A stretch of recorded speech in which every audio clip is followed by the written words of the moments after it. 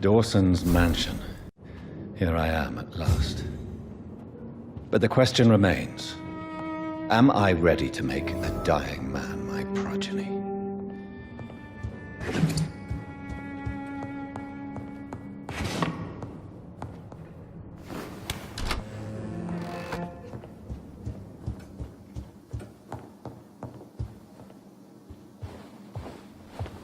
Finally, you're here, Dr. Reed.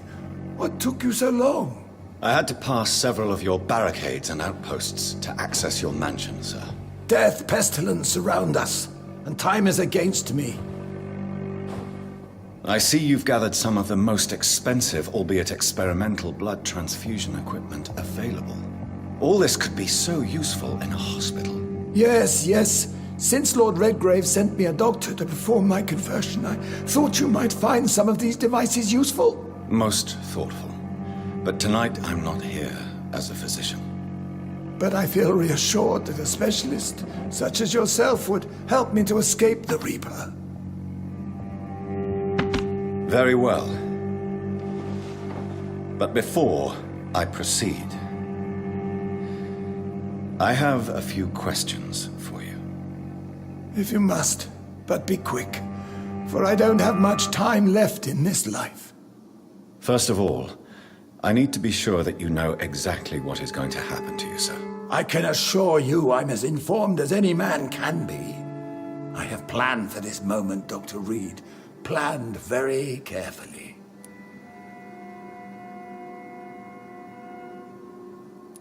Sir, I'm going to end your life. Do you not wish to discuss the procedure for even a minute? I don't have a minute to indulge in idle chatter. I can't feel my legs. And the cold, so cold.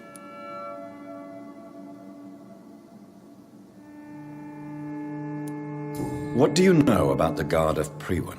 What I do know is that I'll crush anyone or anything that would dare to oppose me. You'll need to feed on warm blood. Blood from mortals. How do you feel about that? I'm rich, Dr. Reed, and powerful. I'm sure I'll be able to acquire all the blood I need without ever having to sully my own hands. I will become your maker. Do you understand what that means? Well, I certainly won't consider you my liege, or some such drivel. You can be assured of that. Let's move on then. Please, I'm cold and tired. I feel my life waning with every moment. But first, before you embrace immortality, what would you do with such a gift? That's a rather impertinent question, Dr. Reed, and I will do as I please. Answer me all the same. What will your first action be as an immortal? To save London, I will finance the most efficient quarantine ever seen. I will build a wall that will separate the sick boroughs from the healthy ones.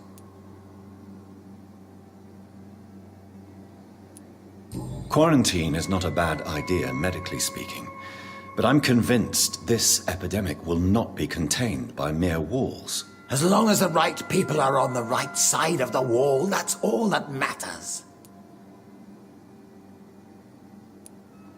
But you can't guarantee infection will not spread. Just one contagious carrier would be enough to create an apocalypse. The apocalypse is already knocking at the gate. We must be strong now. What if a new outbreak happens inside your walls?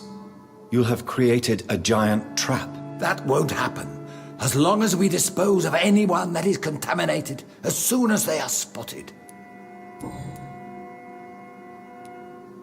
You really plan to build a quarantine wall across London? Yes, it will be tall and strong, separating the wheat from the chaff. Let me guess. You mean to isolate the rich from the poor? This is a desperate measure for desperate times. England must prevail, Doctor, no matter the cost. By doing so, you will also create two separate prisons. Come, sir.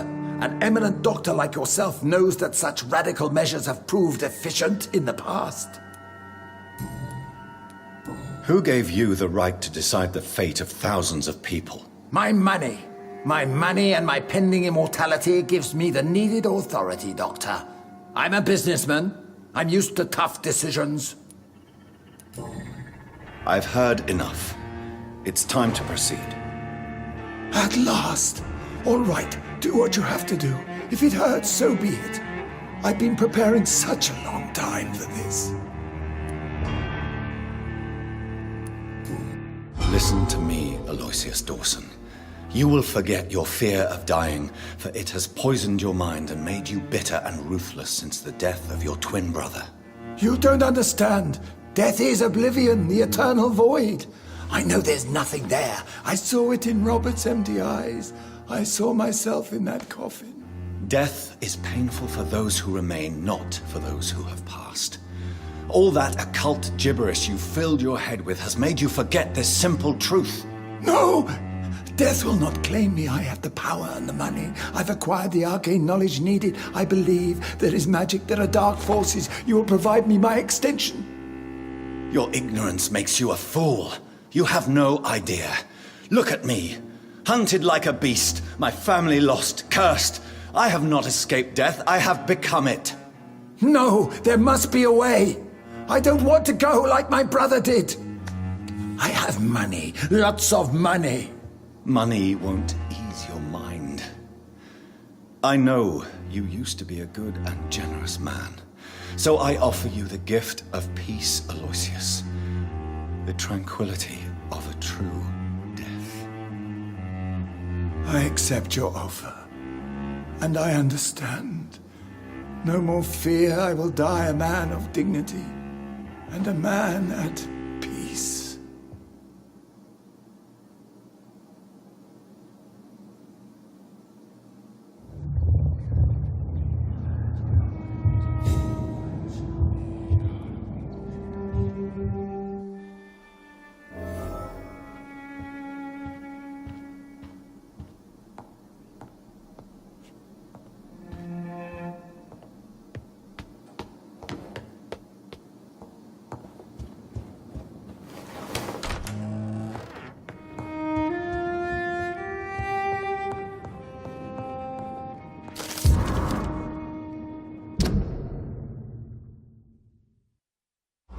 Reduced in rank for falsely accusing a man of murder.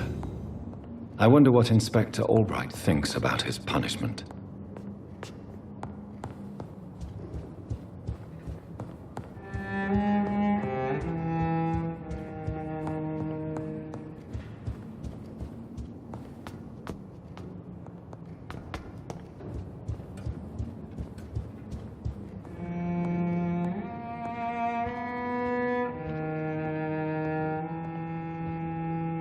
Is it done, Dr. Reed?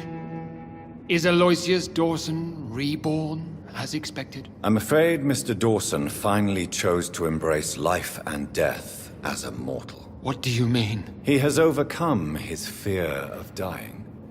I let him rest and wait for death to come. What? This is unacceptable. Go back there and make him the powerful Ekon he's destined to be. No, Lord Redgrave. As a doctor and as an immortal, I can't. If you wish to make him your progeny, then proceed on your own. This is an outrage beyond words. This is betrayal, pure and simple. I should kill you on the spot. You swore on William Marshall's blood. Well, get rid of me then. From now on, you're an outcast. Banished.